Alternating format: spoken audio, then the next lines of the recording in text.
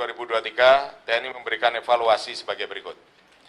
Yang pertama, beberapa patok perbatasan banyak yang rusak dan hilang, menjadi hal urgent dan perlu segera dibenahi oleh pihak terkait. Hal ini penting agar prajurit TNI dapat lebih optimal dalam melaksanakan tugas pengamanan perbatasan. Kedua, kemampuan pengawasan TNI terbatas, karena dihadapkan dengan medan operasi yang berat dan luas, keterbatasan sarana prasarana pendukung seperti akses jalan, listrik dan air serta keterbatasan sensor dan peralatan.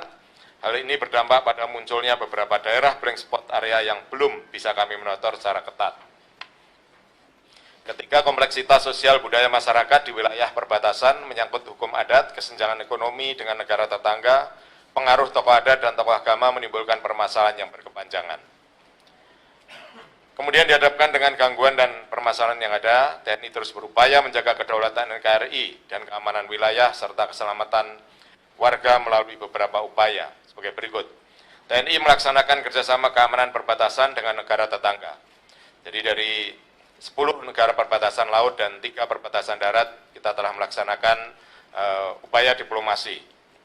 Banyak kerjasama yang kami laksanakan, baik secara bilateral maupun multilateral, guna mengamankan kawasan perbatasan.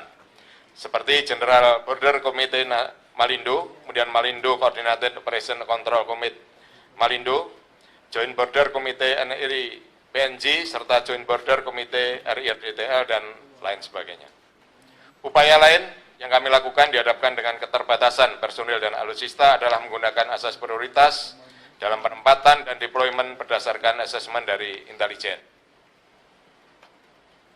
Selain kehadiran, kami juga berupaya untuk memberikan manfaat pada masyarakat perbatasan melalui operasi teritorial, seperti pembinaan teritorial, komunikasi sosial, dan bakti sosial, meski kami lakukan secara terbatas.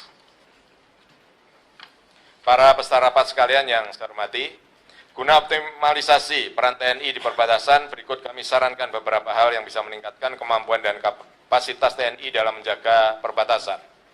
Yang pertama, dukungan pengadaan alutsista, terutama nirAWA, seperti drone, baik udara dan laut, untuk memperluas sistem monitoring. Dihadapkan dengan luas wilayah Indonesia, TNI memerlukan sistem nirAWA terkini guna menjangkau semua wilayah selama 24 jam sehari non-stop. Sistem nirAWA mampu menutupi kelemahan sistem alutsista yang berawak terutama dari sisi endurance. Sebagai contoh, pada slide tertampil Sail Drone UN-made Surface Vessel atau USV yang tetap bisa berada di laut selama lebih dari 12 bulan dan tetap bisa bertahan di tengah badai. Demikian juga untuk drone di darat, karena di perbatasan ini juga banyak jalur-jalur yang tidak mudah diawasi, karena begitu ada jalur utama untuk banyak penyelundupan masuknya pada jalur-jalur yang jalur istilahnya lorong tikus ini.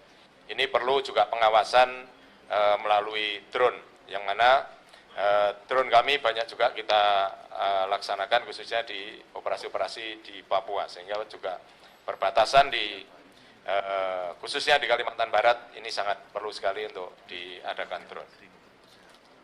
Kedua, mohon percepatan realisasi National Data Link guna meningkatkan kemampuan tempur TNI. Saat ini alutsista kita banyak yang belum bisa berbagi data satu sama lain, sehingga National Data Link yang sudah diinisiasi mohon dapatnya dipercepat agar kemampuan tempur TNI meningkat, karena unsur udara, laut, dan darat akan bisa saling berbagi data dan informasi.